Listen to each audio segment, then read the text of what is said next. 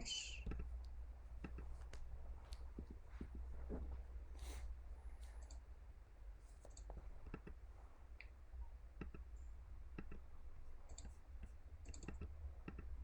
¿Sí lo ven? Sí. Sí, profesora.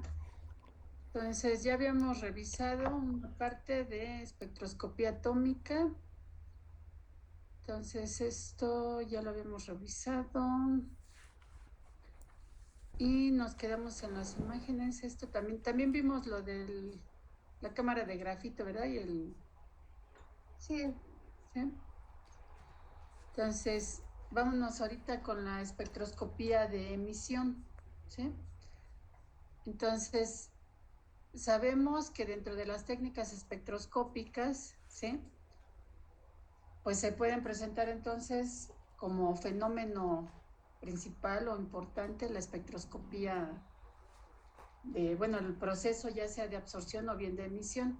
Entonces, lo que hasta ahorita habíamos estudiado, pues era el de absorción y ahorita vamos a revisar el de emisión.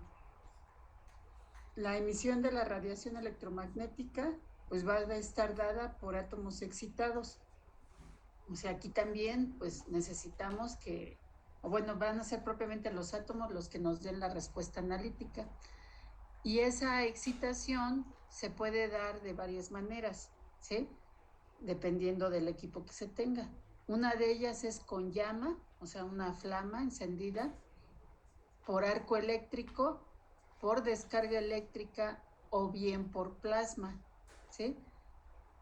En este caso, bueno, ¿cuáles son los más comunes? Los más comunes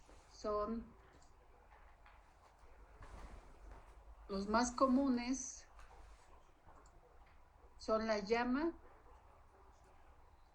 y el plasma, ¿sí? Entonces,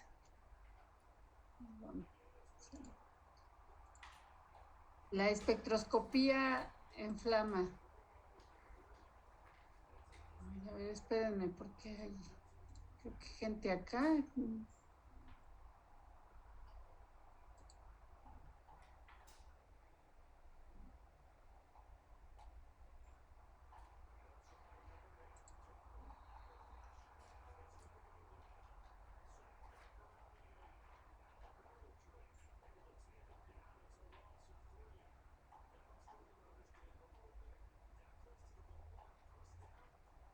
¿Qué te había salido, Mauro? Es que sí, se trabó mi computadora y me botó y volví a entrar. Uh-huh.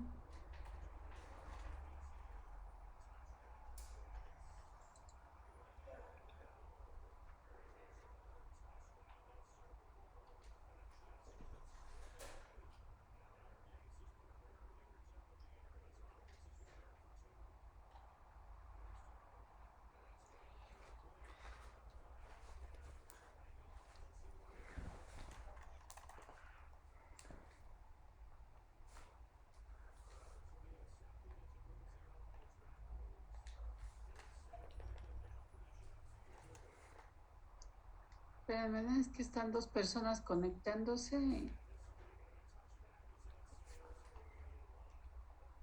No terminan por entrar.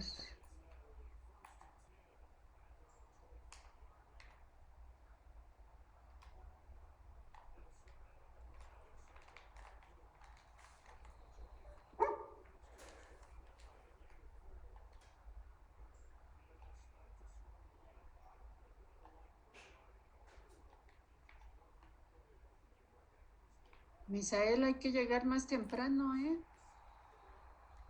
Sí, perdón, es que tenía problemas de conexión. Bueno, yo lo digo porque si no, ya para el otro ya no te voy a dejar entrar, ¿eh? Sí. Anota tu nombre, por favor, en el chat.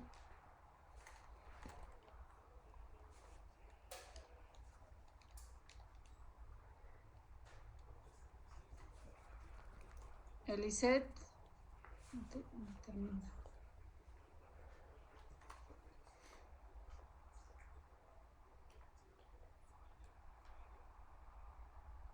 Elisette, ¿me escuchas? Hay que llegar más temprano. ¿Me escuchas? Ay, sí, perdón, profesora, es que mi computadora se trabó. Hay que llegar más temprano porque si no, ya no los voy a dejar entrar, ¿eh? Si Sí, llegan profesora. tarde. Anota por favor tu nombre en el chat.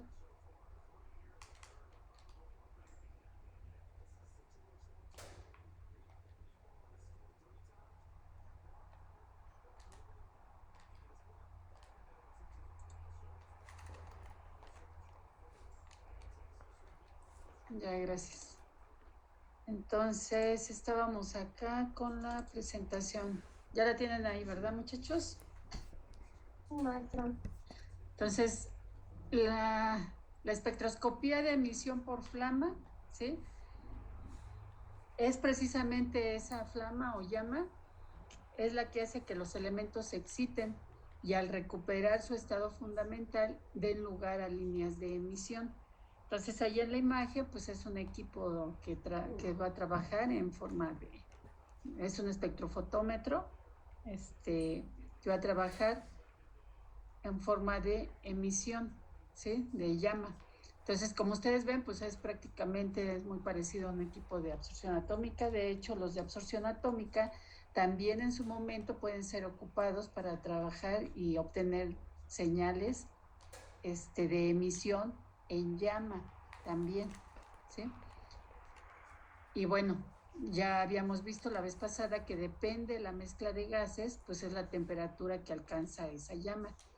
La llama que en este caso se necesita, pues es una llama que haga que los átomos, bueno, que aparte de que se atomicen las muestras, ¿sí? Esos átomos estén en estado excitado a través del calor que les proporciona esa llama.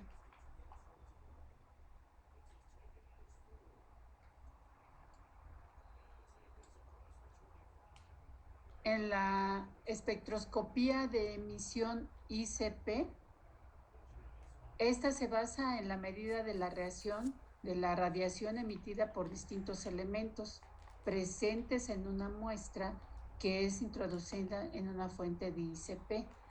Estas siglas quieren decir acoplamiento inductivo por plasma, ¿sí? ¿Qué es el plasma? ¿Sí se acuerdan? ¿O sí lo han escuchado? Es una sustancia que está muy bien, ¿no? ¿Muy qué? A una muy alta temperatura, es como un estado, pues más que gaseoso. Es que no sé cómo decirlo, pero cuando digamos, una sustancia o un elemento está a una temperatura mayor que la de un estado gaseoso, se le llama plasma.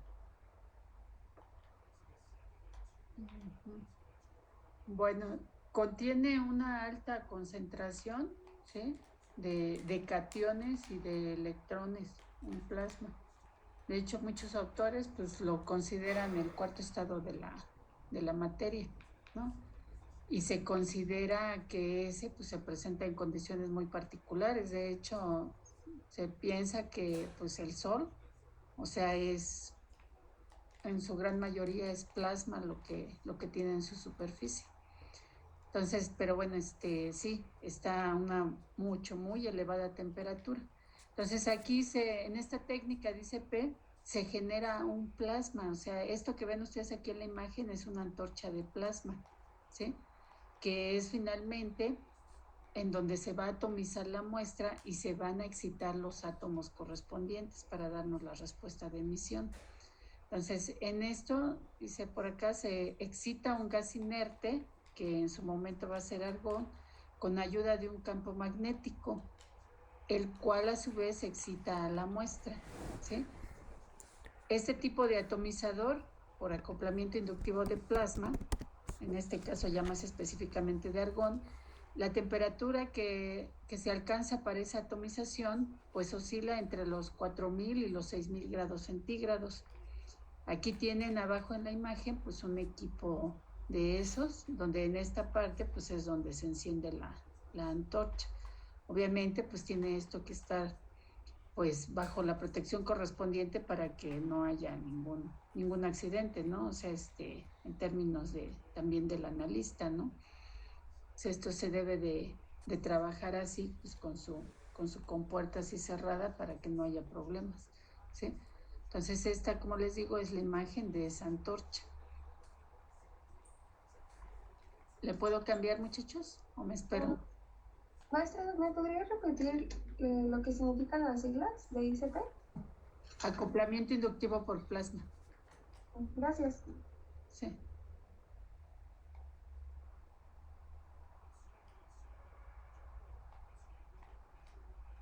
¿Le puedo cambiar o me espero tantito? No, creo que ya le puede cambiar. Sí, puedes cambiarlo. Sí, ya, profesora. Ok, entonces aquí pues tienen otra vez la imagen. Les hablan aquí de una bobina de radiofrecuencia que es pues con la que se genera también ese campo magnético, ¿sí? Con el que se va a trabajar para lo correspondiente de la antorcha. Por acá pues viene la corriente de argón, ¿sí? Aquí les señalan también por dónde es introducida la muestra en el equipo en forma de un aerosol, de un fino aerosol. Y por acá pues les señalan la temperatura a la cual se va a estar atomizando la muestra, que está alrededor de los 6,000 grados, ¿no? En esta región es donde vamos a tener, bueno, a los átomos en estado excitado, dada la temperatura de trabajo.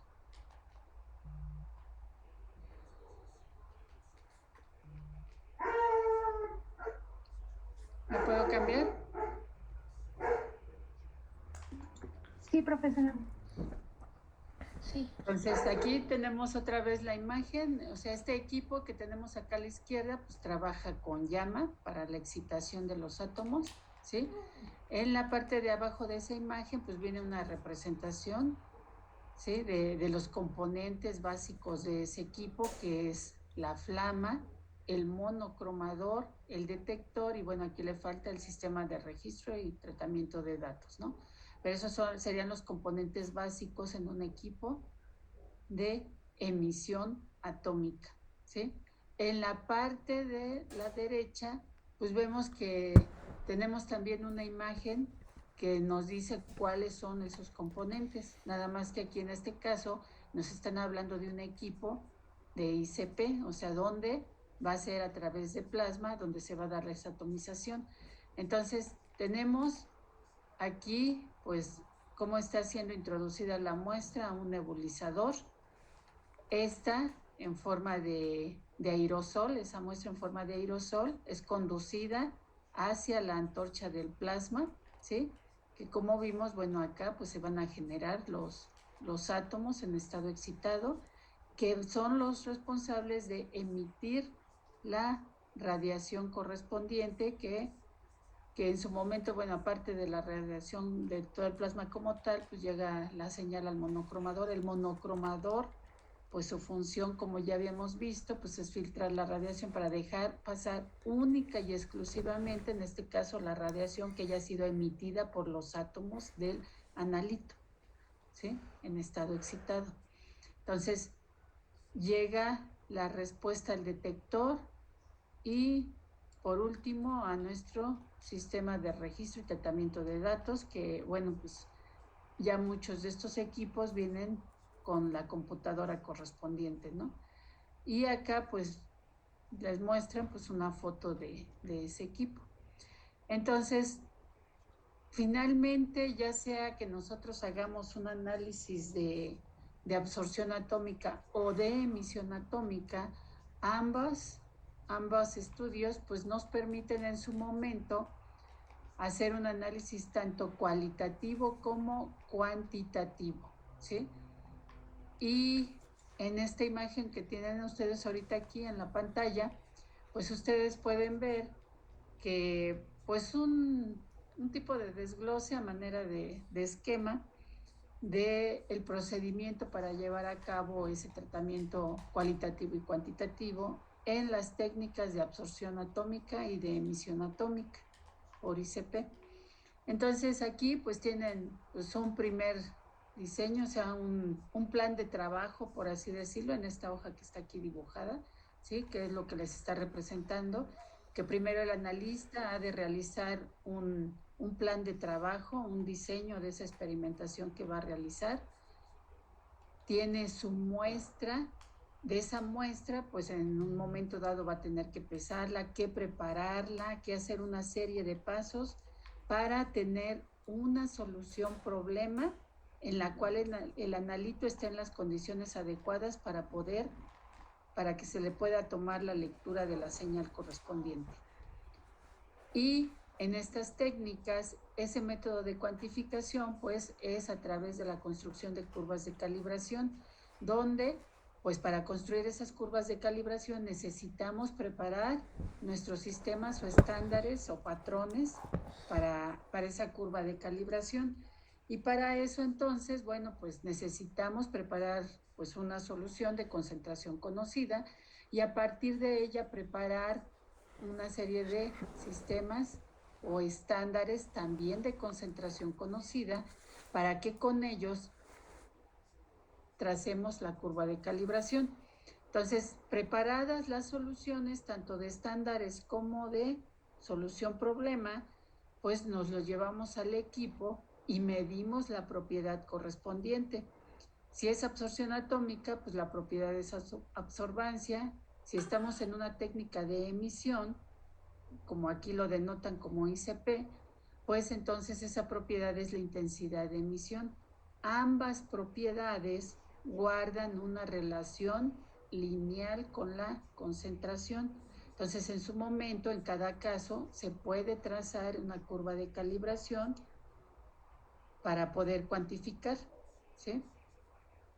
Y acá en la parte de acá abajo de esa curva de calibración, lo que les representan aquí, este gráfico que vendría representando, muchachos, aquí en la imagen.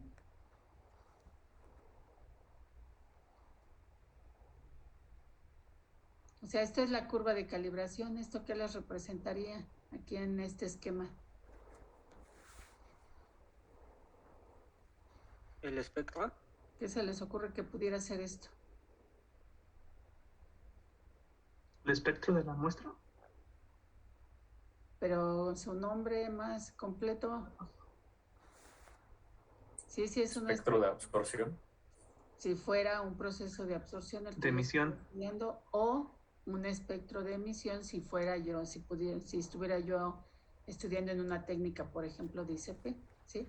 O sea, esto nos representa entonces que finalmente a través de estas técnicas nosotros podemos realizar tanto un análisis cualitativo, que sería en base a esos espectros, ya sea de absorción o emisión, según corresponda, y también podemos realizar un análisis cuantitativo a través de la construcción de las curvas de calibración correspondientes. Y ya una vez habiendo realizado pues esos análisis, ¿sí?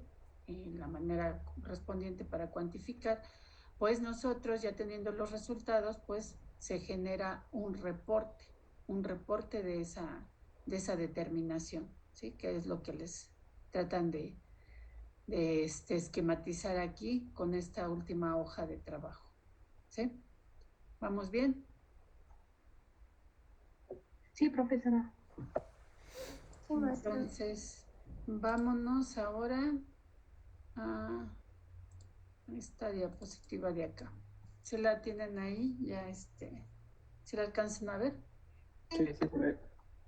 Entonces, esto pues ya lo habíamos comentado, son las formas en las que se pueden excitar a los átomos, ¿sí? Y acá, en esta diapositiva de que nos hablan, bueno, si estamos en una espectroscopía de absorción atómica, ¿sí? La atomización, ¿sí? ¿En qué consiste? Pues que nosotros tenemos a nuestro analito en la muestra, ¿sí? Y en ese proceso de atomización lo que hacemos pues es que a través de energía en forma de calor, nosotros lo vamos a atomizar, ¿sí? A tener en su momento a los átomos, como es espectroscopía de absorción atómica, en estado fundamental, ¿sí? Aquí en esta parte de acá abajo viene pues como ese átomo que ya se generó en ese proceso de atomización, ¿sí?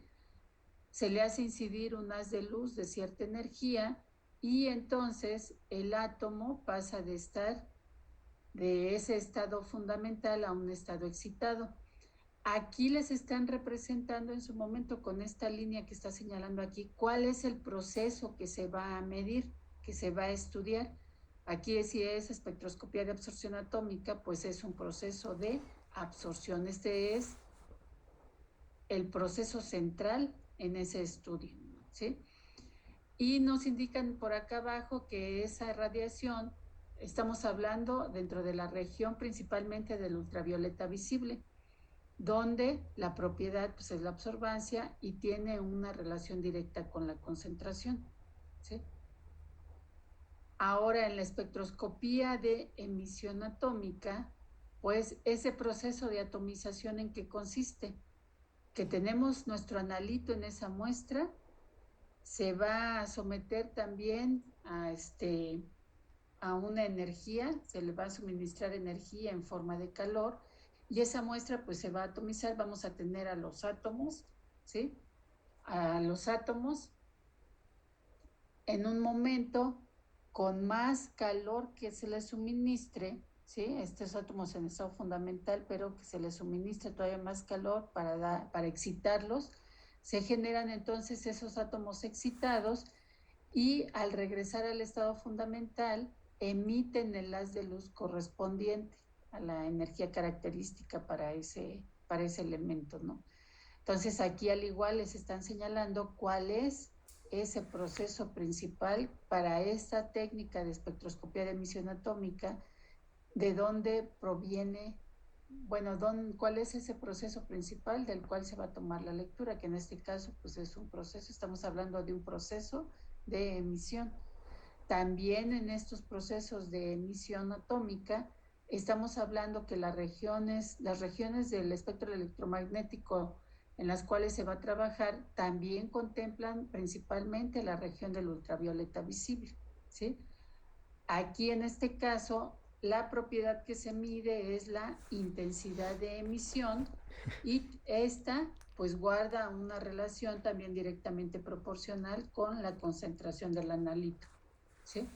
en el sistema, ¿sí? O sea, finalmente a través de las dos podemos en su momento trazar curvas de calibración para lograr la cuantificación, ¿sí?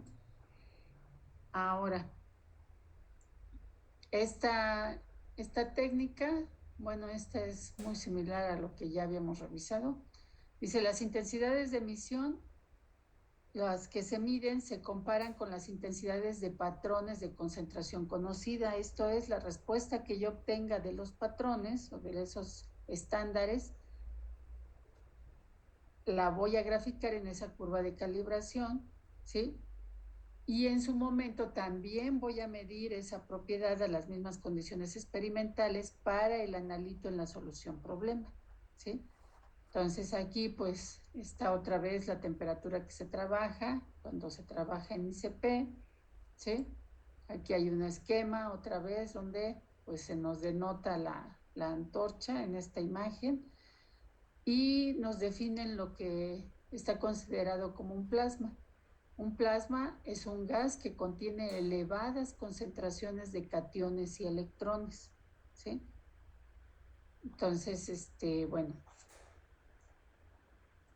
acá dice, los espectros de emisión atómica se componen de un número limitado de líneas espectrales bien definidas, debido a que los átomos en fase gaseosa no tienen estados de energía vibracional ni rotacional. Entonces, por eso mismo los espectros correspondientes de emisión atómica y por su parte, pero por punto y aparte, las correspondientes de absorción atómica son líneas bien definidas, ¿sí? O sea, son prácticamente, o sea, líneas como tal, se les considera bandas espectrales, pero prácticamente líneas espectrales, ¿sí? Y nos ponen aquí un ejemplo para la emisión del sodio, que tiene 3 líneas características. Esas 3 líneas de emisión características son las que corresponden en su momento para los átomos de sodio, ¿sí? O sea, pudiera ser que hubiera otras, pero estas son las principales, ¿no? La de 285 nanómetros, 330 y 590 nanómetros, ¿sí? Las líneas de emisión. Y bueno, y estas líneas de emisión, pues como debemos de saber, ¿sí? Pues son características en este caso para el caso del sodio, ¿sí? Porque dependen de esa configuración electrónica y de esos niveles energéticos que tiene el sodio dentro de su estructura química, ¿sí? Entonces, bueno, esto es a manera de ejemplo para el caso del sodio, ¿sí? ¿Qué procesos son los que se presentan en el plasma? Así de manera general, ¿sí? Pues estas gotitas que están acá representadas aquí en el dibujo, pues nos dicen que es la muestra en un fino aerosol, ¿no? Que es la que va ingresando aquí para llegar a la antorcha, ¿sí? Una de las primeras cosas que ocurre, como esta muestra está en solución acuosa, lo primero que se evapora propiamente es el agua, o sea, mediante un proceso conocido como desolvatación. O sea, se le quita el agua, el disolvente, a esa muestra, al analito como tal. Entonces aquí, y la manera pues en la que se logra quitar ese disolvente, pues es a través del calor, ¿sí? Por eso aquí nos están señalando el agua que está ahí en esta muestra, pues pasa de estado líquido a estado gaseoso.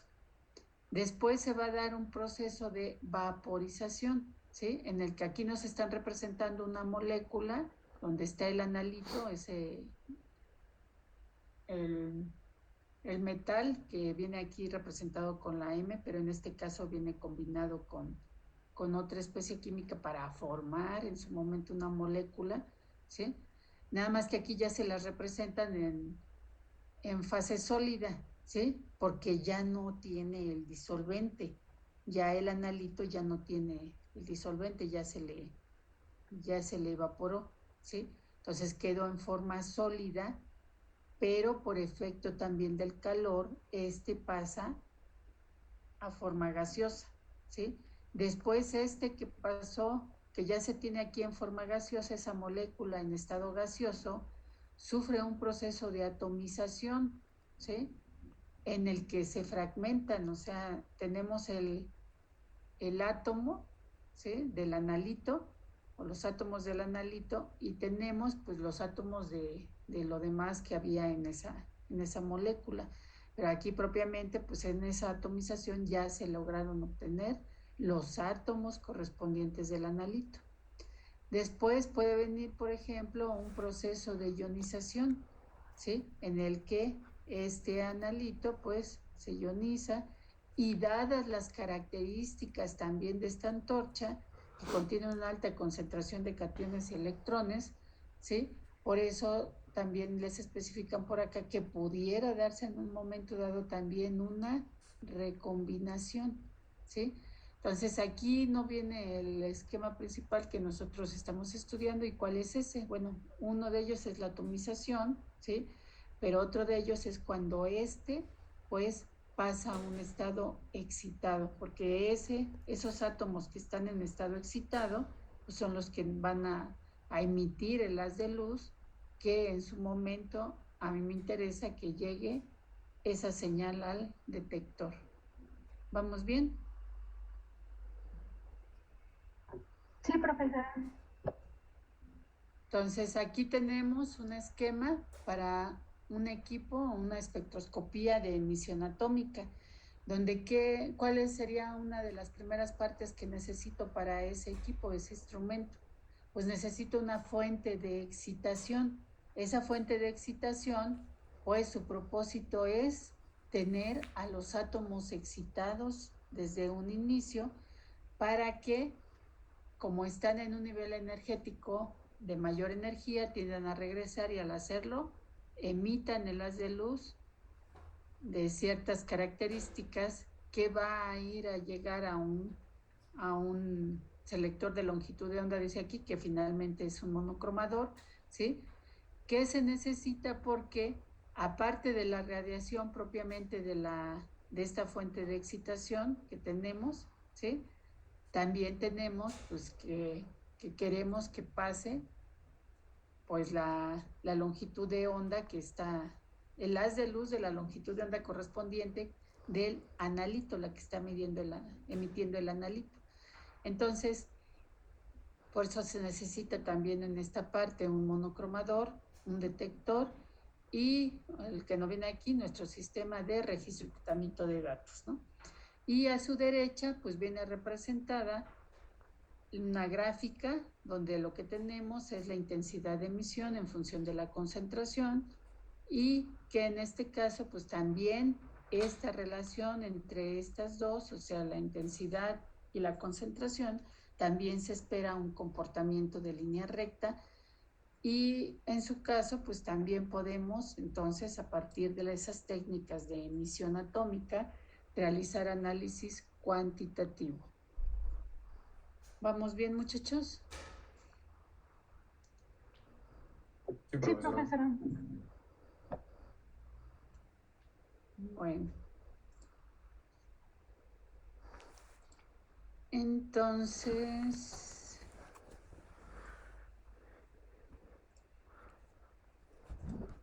de esa parte, yo creo que es hasta ahí le vamos a dejar, ¿sí? Para revisar un poquito, porque no vamos a revisar mucho, pero sí cuando menos sí vamos a revisar un poquito de lo correspondiente de la espectroscopía del infrarrojo, ¿sí? Entonces, ¿sí alcanzan a ver aquí la imagen de muchachos? Sí, profesora. Entonces, este es un tipo demo que viene también ahí en internet. De hecho, ahí también se pueden encontrar pues algunos simuladores o demos en internet, ¿sí? Que les hablan de las técnicas, así como hay también para espectroscopía del ultravioleta visible, incluso hay para absorción atómica o emisión atómica. Pues en este caso, bueno, aquí tienen en la imagen algo referente a la espectroscopía del infrarrojo. Entonces aquí, en esta, bueno, les marcan, les dan una definición. La espectroscopía de infrarrojo, bueno, pues también tiene que ver de la interacción de un haz de luz con la materia, nada más que dentro de la región del infrarrojo, que es otro segmento de otro tipo de radiación que está dentro del espectro electromagnético. Entonces, hay equipos, espectrofotómetros también, que trabajan específicamente en la región del infrarrojo, ¿sí? Entonces, recordando que, bueno, pues tenemos varios tipos de radiaciones, ¿sí? Ya revisamos, pues, que la absorción atómica y la emisión atómica trabajan dentro de lo correspondiente del ultravioleta visible.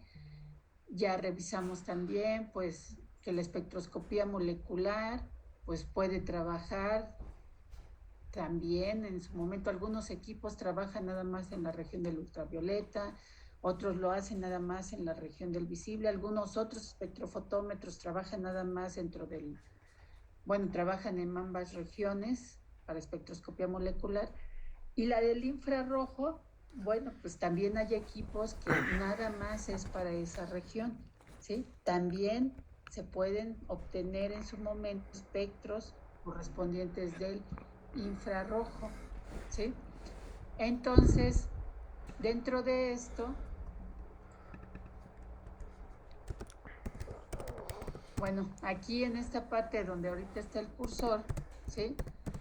Les dejan ver en dónde se coloca la muestra, ¿sí? Entonces aquí hay un compartimiento donde se coloca la muestra para que pase el haz de luz. Aquí las muestras que pueden ser analizadas pueden ser tanto sólidas como líquidas. Si son sólidas, se mezclan con un material no absorbente, que regularmente en el caso del infrarrojo se genera una especie como de tableta o de película así delgadita con bromuro de potasio, ¿sí? Entonces, de hecho, hasta se mezcla el compuesto que ustedes van a analizar con el bromuro de potasio y se saca una plaquita delgadita. Y esa es la que se monta en esta parte, ¿sí? En este portamuestra. Y si es líquida, pues en su momento también se puede poner en el portamuestra, pues ese líquido, o también se puede mezclar con algún material no absorbente. El caso está que se pone aquí y se hace pasar también el correspondiente del haz de luz, ¿sí? Entonces, bueno, aquí en este caso, pues este es el portamuestra, aquí es donde se coloca la muestra y se va a hacer pasar en su momento, pues el haz de luz correspondiente, ¿no? Que finalmente es lo que define a estas técnicas, ¿no? O sea, aquí, como les digo, va a estar la muestra, ¿sí?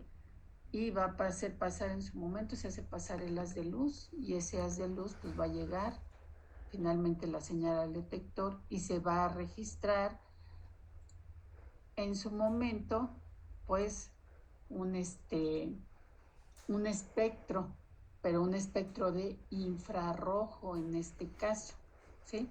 Entonces esto que tienen ahorita aquí en la pantalla es un espectro de infrarrojo para este compuesto que viene aquí abajo, que es un compuesto orgánico, ¿sí? De tipo aromático.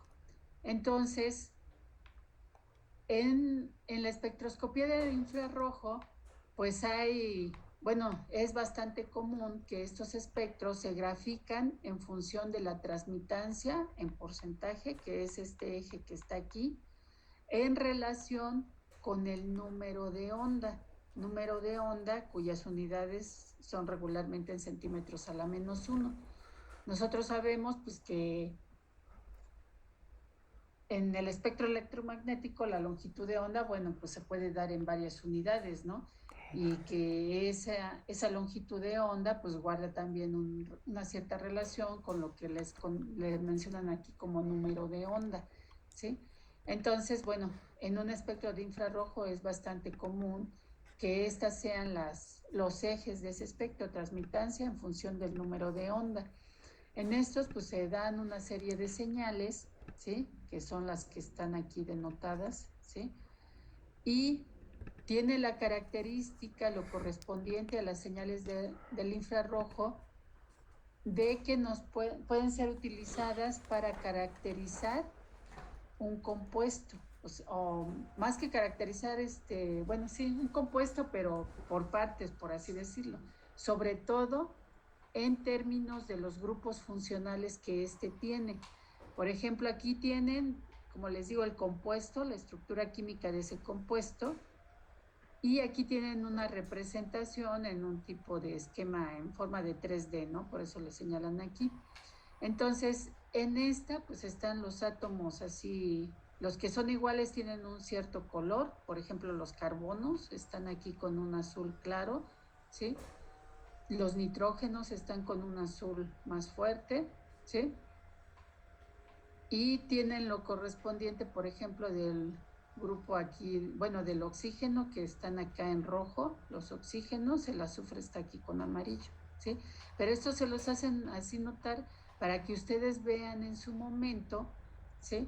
Pues que hay hasta cierto punto, pues algunos grupos funcionales dentro de la misma molécula cuya señal va a ser representada acá en este gráfico. Entonces aquí vean, yo coloqué aquí en esta región, en esta señal que ya se puso aquí en rojo, ¿sí? El ratón, estamos hablando aquí en -1204 centímetros a la -1, y acá en la parte de abajo les están representando a qué tipo de enlace corresponde, ¿sí? O sea que es en esa parte donde está unido el grupo OH, ¿sí?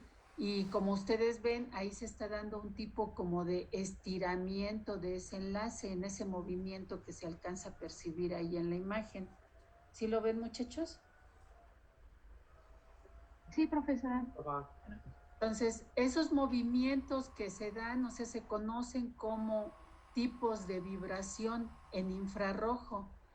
Ese movimiento que ustedes ven ahorita se le conoce en espectroscopía de infrarrojo como un estiramiento, ¿sí? Pero hay más tipos de vibración, ¿sí?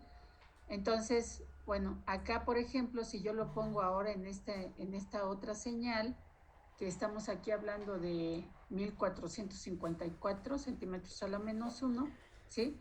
Vean ustedes qué tipos de enlaces ahora son los que se están moviendo.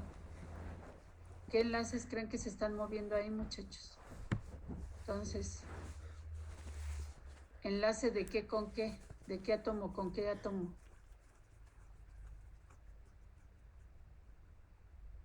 ¿Sí ven que están dentro de los anillos? Que como que el anillo como que se hace más grande y luego como que se contrae y demás. ¿Sí lo ven? Ahí están hablando básicamente en esa imagen de los enlaces que hay entre carbono y carbono, pero de esos enlaces que están en un compuesto que es aromático, o sea, un doble enlace carbono-carbono, ¿sí?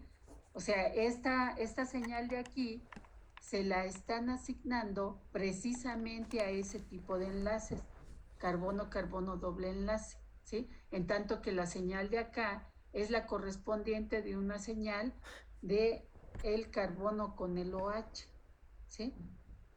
Esta señal, por ejemplo, de acá, ¿sí? Esta de menos 2924, ¿sí? Vean, aquí, ¿a quién se le están asociando? Al enlace entre carbono e hidrógeno. ¿Sí lo ven, muchachos? Carbono e hidrógeno. Y de hecho, vean, en su momento son estos los que se movieron para son estos, ¿sí? Los que se movieron. Ajá. Que es lo correspondiente a señales que pudieran considerarse como que equivalentes.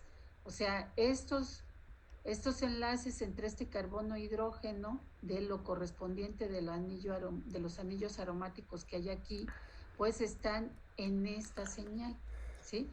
Entonces, bueno, en espectroscopía infrarroja hay de hecho tablas, ¿sí?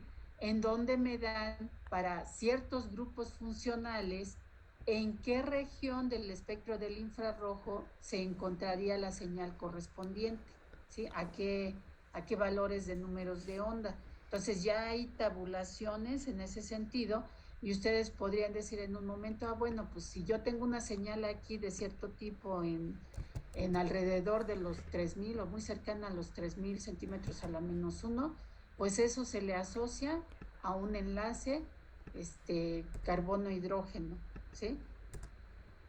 Esto, por ejemplo, señal, pues se relaciona con carbono-carbono doble enlace. Entonces, pues ya empiezan ustedes a ver pues que es posiblemente un compuesto aromático, ¿sí? Y bueno, y aquí esta señal es para el OH, ese enlace de carbono con el OH, con ese grupo funcional del OH, ¿sí? En ese compuesto orgánico. Y entonces, por eso se dice que este tipo de técnicas, ¿sí? Nos sirven para hacer una identificación, porque nosotros si tenemos un compuesto del cual todavía no sabemos pues plenamente de quién se trata, qué compuesto químico es, pues nosotros podemos hacer un espectro de infrarrojo y en base a las señales denotadas ahí podemos ir haciendo esa asignación de las señales, ¿sí? De hecho, hay bases de datos ya también, o sea, hay espectros ya reportados para ciertos compuestos y nosotros en su momento cuando tenemos una muestra y queremos saber, o sea, no sabemos muy bien qué es, pero queremos saber precisamente qué compuesto es, pues entonces nos vamos a esa base de datos y comparamos, y bueno, sacamos el espectro de nuestra muestra y lo comparamos con respecto a lo que ya está reportado en esas bases de datos de todos esos espectros ya reportados, para poder en principio, pues poder caracterizar esa muestra. ¿Vamos bien, muchachos? Sí, profesora. ¿Sí? Entonces, bueno, Les decía yo, eso es, hay tablas ya en la literatura, ¿sí? Que nos dicen en su momento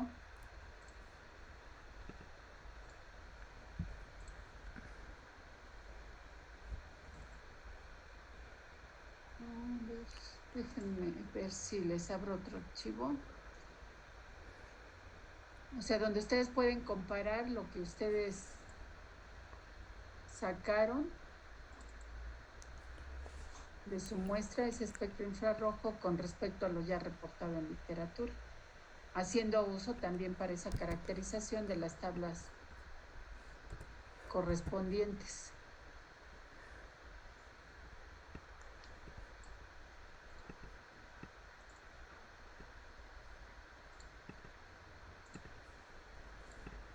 Es que el archivo lo estoy buscando, muchachos, no se me vayan a desesperar.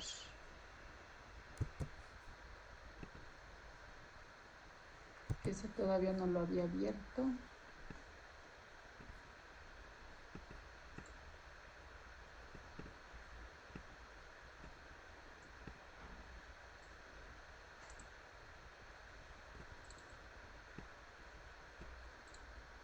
Y bueno, también en la literatura, bueno, en internet hay varios videos que les hablan de las técnicas correspondientes, ¿no?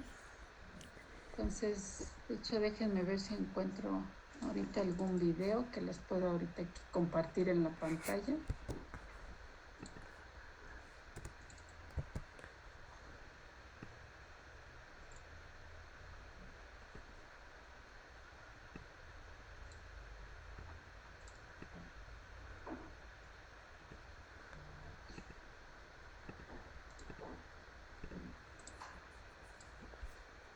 Entonces, ustedes no lo abrió. No lo abrió. A ver, déjenme intentarle otra vez.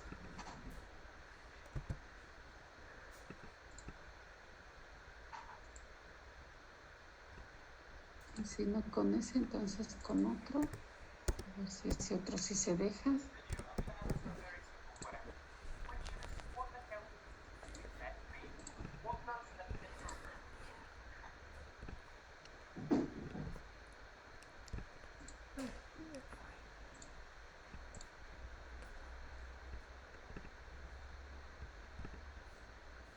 Como que no quiere reproducir o dejarme compartir videos.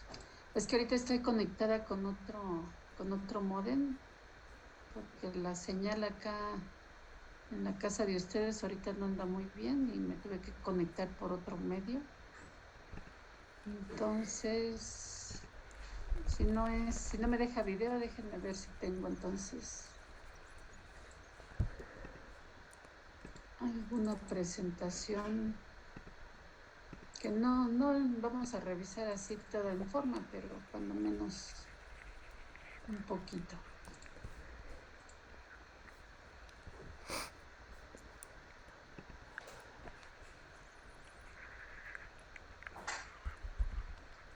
Entonces también les digo, también de internet, pues ustedes pueden revisar varias de la literatura que hay ahí. ¿Se alcanzan a ver ahí la imagen? Sí, sí se ve. Entonces aquí, por ejemplo, pues les hablan de la espectroscopía infrarrojo, de esas imágenes que se obtienen como tal cuando se utiliza ese tipo de radiación, ¿sí? Del espectro electromagnético, de dónde entra entonces la región de ese infrarrojo que estamos hablando por acá. Acá tenemos la región del visible y por acá la del ultravioleta. Entonces esta región del infrarrojo es menos energética que lo correspondiente del visible, y la visible a su vez es menos energética que la del ultravioleta. Entonces andamos hablando de por acá, o sea, las técnicas de infrarrojo pues abarcan esta región del espectro electromagnético, ¿sí? Y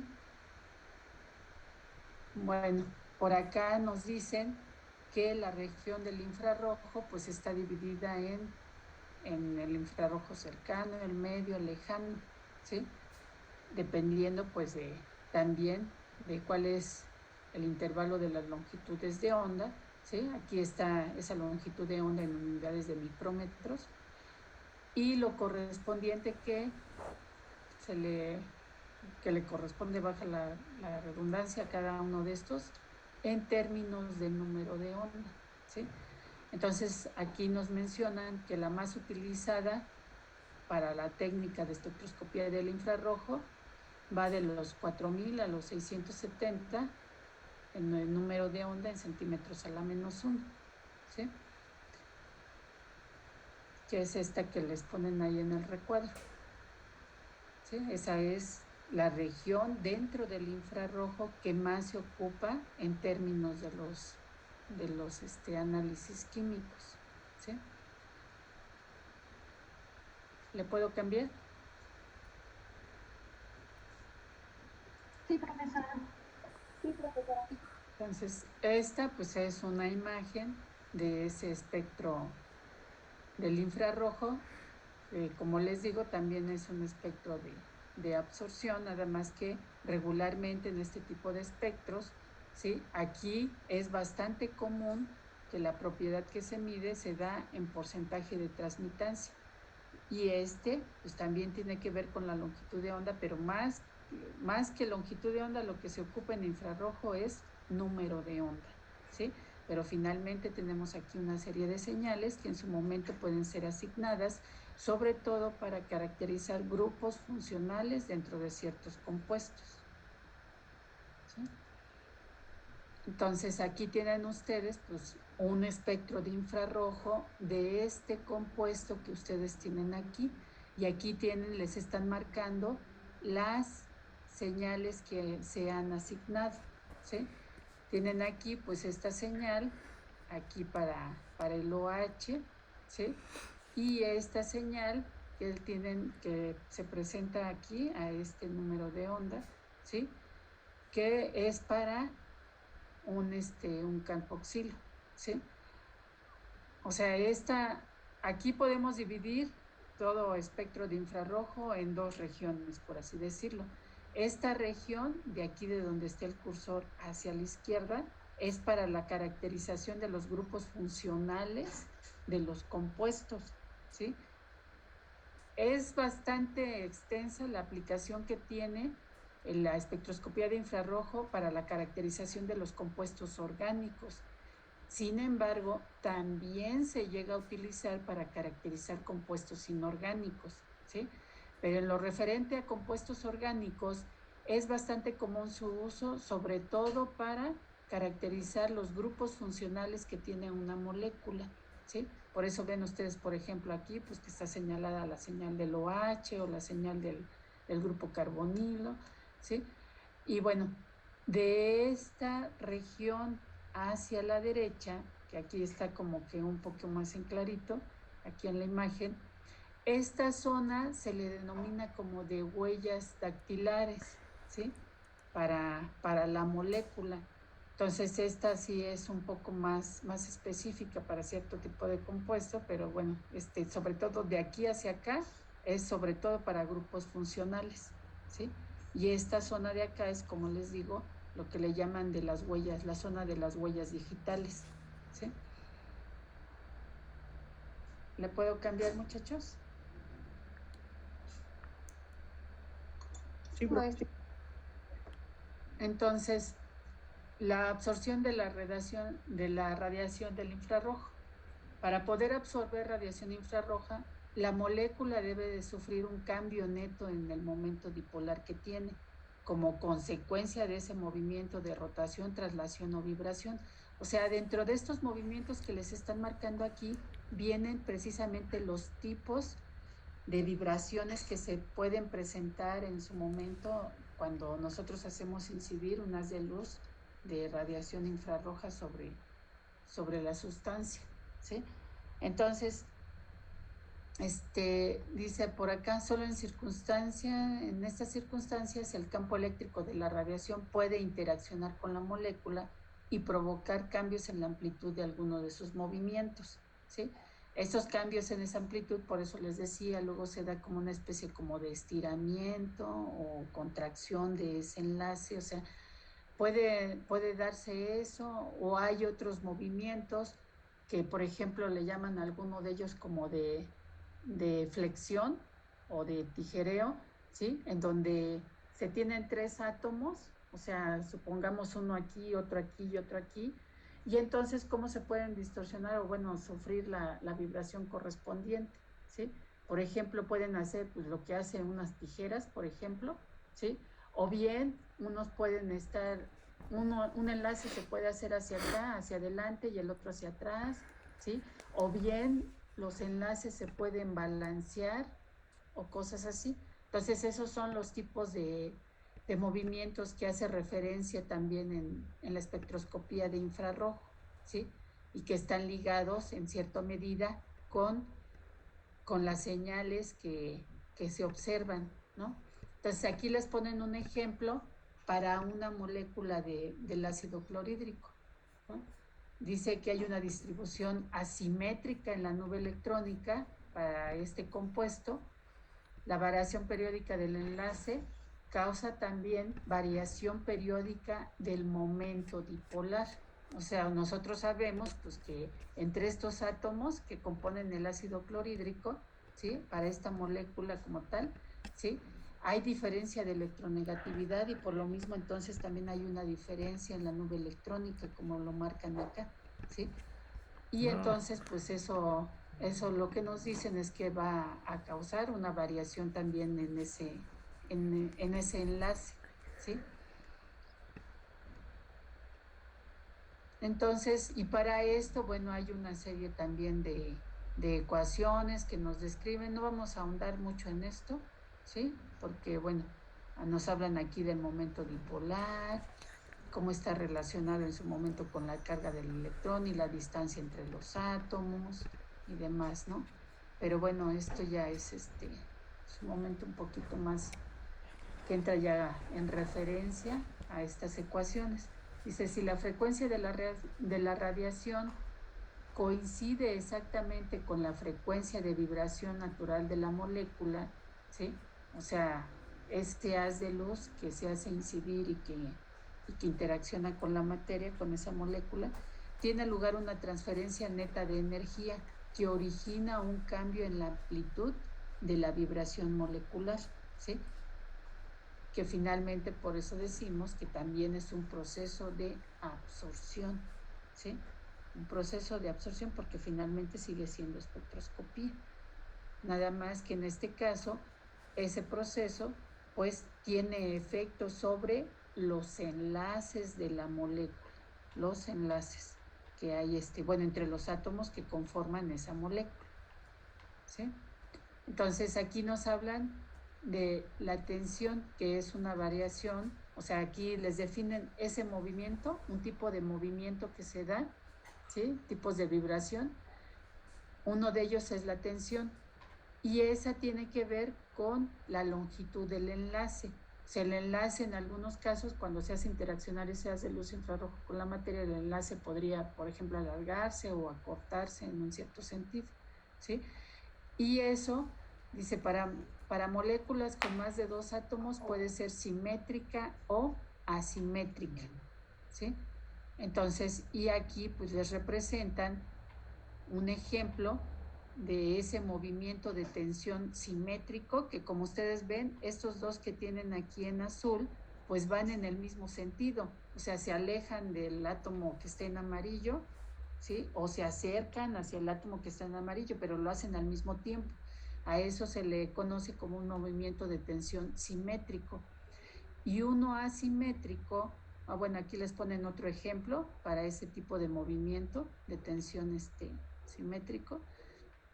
Y para un asimétrico, vean la diferencia con respecto al anterior, ¿sí? Entonces aquí, mientras uno de esos átomos se aleja, de los que están coloreados en azul, se aleja, el otro, coloreado en azul, se acerca hacia el átomo central, que es el de color amarillo.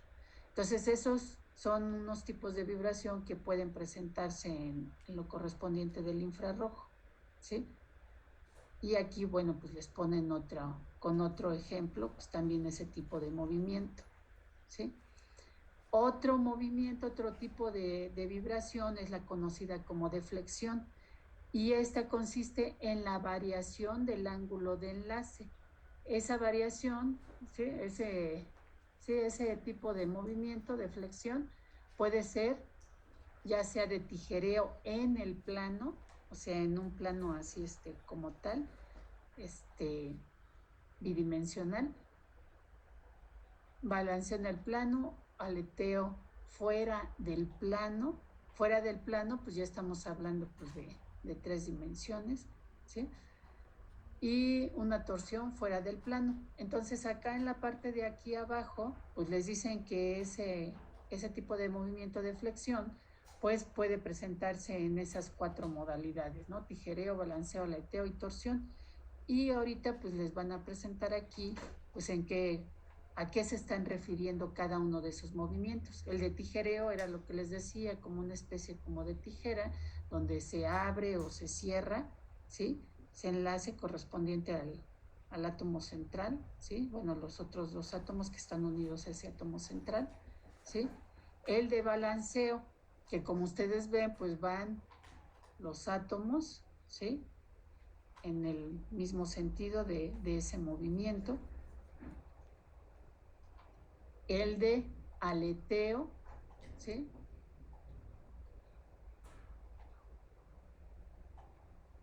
Como si fueran, bueno, hace referencia precisamente como si fueran alas, ¿sí? Ese movimiento. El de torsión, ¿sí? Entonces hay diferentes tipos de movimientos, ¿sí? Dentro de esto, cuando estamos hablando del infrarrojo.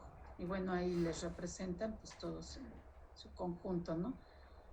Entonces, bueno, como esto finalmente tiene mucho que ver también con lo correspondiente de un oscilador armónico y demás, pues por eso aquí hay, pero todo esto no lo vamos a revisar ahorita en su momento. Ahorita más que nada a mí lo que me interesa pues es que vean cuál es la relación que hay, cuáles son esos modos de vibración y cómo está eso ligado con los espectros correspondientes del infrarrojo, ¿sí? Entonces, bueno, esto pues trae más información de la que yo ahorita quiero presentarles.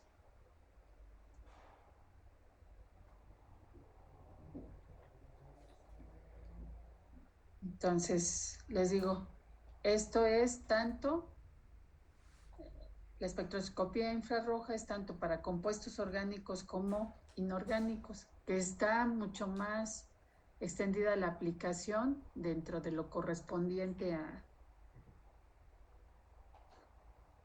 los compuestos orgánicos, sí es cierto, pero también se puede ocupar para los inorgánicos. Entonces, las muestras como tal, al hacer un estudio, se colocan, o sea, ya sea aquí les representan en una cubeta para líquidos, ¿sí? Que es donde si la muestra es líquida, o bien entre 2 placas, dice, de cloruro de sodio. O sea, aquí la muestra es esto que está aquí en verdecito, y estas son 2 placas, ¿sí? De cloruro de sodio. Y esta, bueno, es para una muestra de gases, ¿no? Pero bueno, entonces aquí pues se ve cómo están ahí, van a preparar su muestra para que después esto pues se coloque en el equipo, ¿sí? Entonces los materiales ópticos pueden ser, ¿sí? De bromuro de potasio o de cloruro de sodio, que básicamente estos compuestos no presentan una absorción dentro de esa región del infrarrojo, por eso se ocupan para preparar sus muestras, ¿sí? Entonces, bueno, necesitan también su fuente, ¿sí? De donde va a salir el haz de luz, ¿sí? De las características necesarias. Aquí donde va a estar contenida la muestra, la parte aquí del portamuestra, el monocromador, el detector y finalmente pues donde van ustedes a registrar la señal, ¿no? Y esa señal pues regularmente, ese resultado experimental que ustedes obtienen pues regularmente es ese espectro del infrarrojo, ¿sí? Que es porcentaje en función del porcentaje de transmitancia en función del número de onda. ¿Sí estamos, muchachos? Sí, profesora. Maestra. Y bueno, aquí pues les dan un ejemplo, ¿sí? De las señales para el tolueno y este sería el espectro correspondiente y aquí pues ya tienen ciertas señales que si ustedes se van a la literatura y buscan para la espectroscopía infrarroja las tablas que les digo, pues ya pueden ir diciendo, ah, bueno, este es para el enlace tal, entre tal átomo y tal átomo, este es para tal grupo funcional y demás, y en su momento se puede hacer la caracterización del compuesto. Muchas veces, o sea, la información que sale de una técnica, no es suficiente nada más para caracterizarla en su totalidad. O sea, ¿qué quiero decir con eso? Se necesita también el uso de otras técnicas, porque por ejemplo, para una caracterización así ya más completa, ¿no? Porque esto es lo de infrarrojo, pero luego también se complementa la información con lo correspondiente a otras técnicas, como por ejemplo la resonancia magnética nuclear, que hay tanto para protón como para carbono y demás, ¿no? Entonces, aquí les están marcando pues la zona correspondiente a la región donde se pueden determinar grupos funcionales en un espectro de infrarrojo y la zona conocida como la zona de las huellas dactilares, ¿sí? Y aquí les dicen dentro de estas aplicaciones que la interpretación de los espectros se realiza con la ayuda de tablas de correlación, donde les digo que viene para tal número de onda, tal intervalo de número de onda, pues ya se tiene establecido qué tipo de enlace es el que da esa respuesta, ¿sí? Dice, actualmente para el estudio de los espectros se emplean bases de datos que comparan el espectro obtenido con anteriores para su posible identificación. La identificación inequívoca del compuesto requiere confirmación de pruebas de caracterización o con la aplicación de otros métodos instrumentales de análisis. ¿Qué quiere decir esto último? O sea, el simple uso de espectroscopía de infrarrojo, o sea, no es para caracterizar del todo a la molécula. Si la quieren caracterizar plenamente, necesitan también el uso de otras técnicas, ¿sí? O sea, que me ayuda a aproximarme a esa caracterización, por supuesto que sí, ¿sí? Pero no es como tal para que yo pueda decir, ya con este espectro yo estoy segurísima de que es este compuesto. No, necesito yo información adicional. ¿Y esa información adicional de dónde puede venir? De pruebas de caracterización realizadas obviamente en el laboratorio o bien la aplicación también de otros métodos instrumentales de análisis para ver, bueno, esta información viene de esta prueba que hice, esta otra viene de acá, esta otra viene de lo del infrarrojo y entonces pues ya unir todas las piezas, por decirlo así, del rompecabezas y poder caracterizar plenamente un compuesto. ¿Estamos de acuerdo, muchachos? Sí, profesora. Maestra. Entonces, bueno, pues vamos a dejarle hasta aquí, muchachos. Les voy a pedir, por favor, que me anoten su nombre en el chat antes de despedirnos.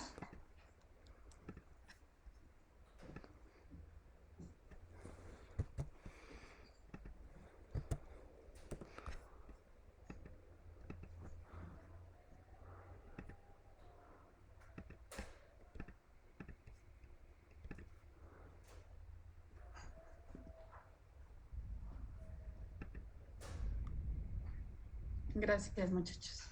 Y pues bueno, entonces pues nos vemos la siguiente semana, muchachos. Que estén muy bien. Gracias, profesor. Que esté bien. Hasta luego. Bien.